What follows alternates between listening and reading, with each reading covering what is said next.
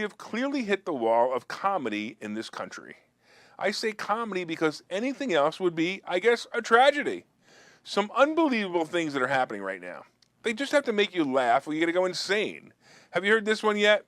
Governor Abbott in Texas has decided to try and save his state taxpayers from the fate of providing food and shelter to the thousands of illegal migrants coming over the border by sending the illegal immigrants to New York City and Washington, D.C. No, really, this is what he's doing. He gathers up busloads of people and has them driven to New York City and Washington, D.C., and then drops them off. Look, New York boasted that they're this sanctuary city and they have the resources to help all people. Governor Abbott is just using that information to help people, isn't he? What a kind guy he is. It is so comical and it is so true. I gotta love the Republicans. They're so brash and brave. And this is probably from the good old Trump years. They probably, realized that if Trump could be brash and brave, let everybody else be brash and brave. This is hysterical. But wait till you hear this part. Mayor Adams of New York just threatened to send New Yorkers to Texas. Adams is threatening to send busloads of New Yorkers to Texas to campaign door-to-door against Abbott in the upcoming gubernatorial election. It's basically retaliation for Texas sending busloads of illegals to the Big Apple. Are you thinking what I'm thinking here?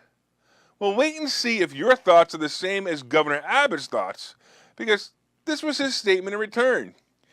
Governor Abbott says, because of high taxes, out-of-control crime, and poor leadership by the mayor, people are voluntarily leaving New York City without the... That's hysterical. I couldn't make that up. That's hysterical that he's actually saying they're already leaving New York City.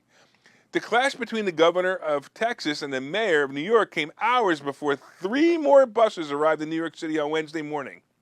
Now, check this out. In D.C., the mayor, Muriel Bowser, recently called the situation a humanitarian crisis and requested the deployment of the National Guard. That request was, of course, denied. But think about the hypocrisy. These liberal-leaning nutcase mayors are now beginning to experience a small taste of what Texans and Arizonans are feeling every day as their borders are being crashed because brain-dead Biden and his minion do nothing about tens of thousands of illegal immigrants crossing the border. The D.C. mayor had the nerve to ask the National Guard for help.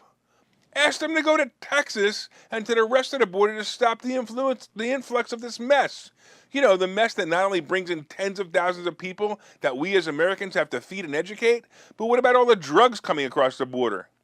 It's easier to get fentanyl into the United States than it is to get a vape pipe on a plane in Russia. Hey, that's an idea. Let's get the Russians to work at our borders. That could solve the problem. Oh wait, that might actually happen if Biden stays in office too long. Only difference would be that the Russians would be keeping you and I inside the border while we're forced to learn Russian and drink vodka.